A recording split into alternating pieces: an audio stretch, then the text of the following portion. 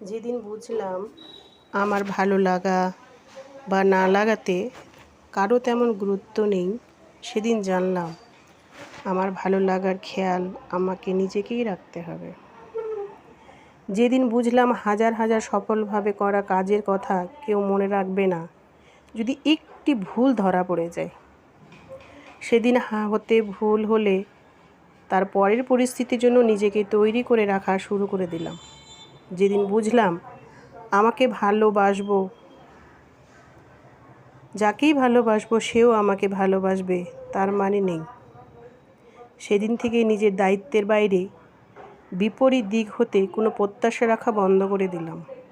যেদিন বুঝলাম কিছু মুষ্টিমেয় মানুষ শুধু বিরক্ত হবে আমার প্রতি, সেদিন হতে তাদের বিরক্ত দিকে তাকানো বন্ধ করে দিলাম।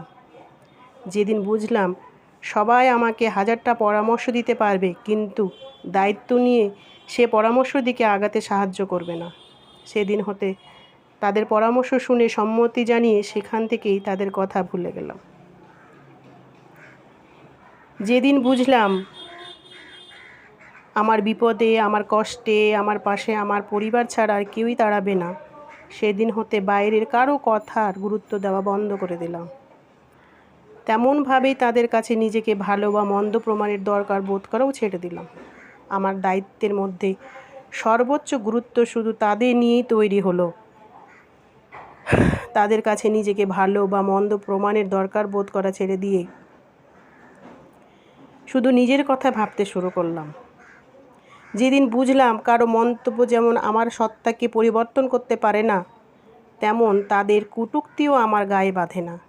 নিজেকে প্রমাণের দরকার দেখলাম শুধুমাত্র আল্লাহর কাছে। যেদিন বুঝলাম আমার যা ভালো লাগে তা অন্যের কাছে নিহাতি ফালতু মনে হতে পারে, সেদিন হতে কারো মনে করাকে যেমন আর গুরুত্ব দেয় না, তেমন তাদের যা ভালো লাগে করুক, আমিও তাদের কর্মে মাথা ঘামানো বন্ধ করে দিলাম।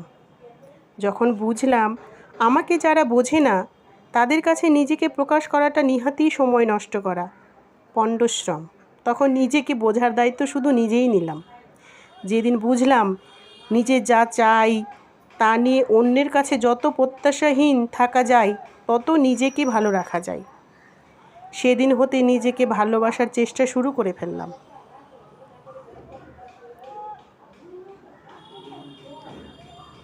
সেদিন বুঝলাম নিজেকে ভালোবাসতে হলে নিজের ভালো লাগাকে নিজেই পূরণ করতে হবে।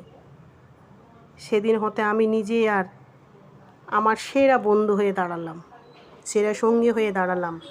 আমি নিজেই হচ্ছি আমার নিজের সম্পদ, তাই আমার নিজেকে আমাকে নিজে ভালো রাখতে হবে।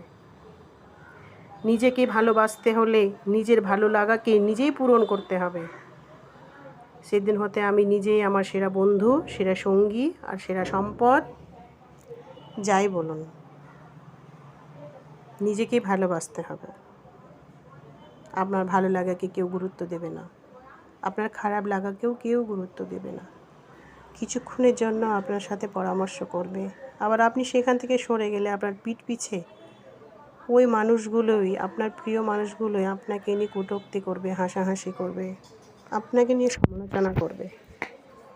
আপনার পরিস্থিতির কাছে কেউ দাঁড়িয়ে বুঝতে চাইবে না যে আপনি কোন পরিস্থিতিকে ফেস করছেন বা কোন পরিস্থিতির মধ্যে দিয়ে যাচ্ছেন। লোকে শুধু আপনার বাইরেরটুকু দেখে আপনাকে নিয়ে আলোচনা করবে, আপনাকে জাস্টিফাই করবে।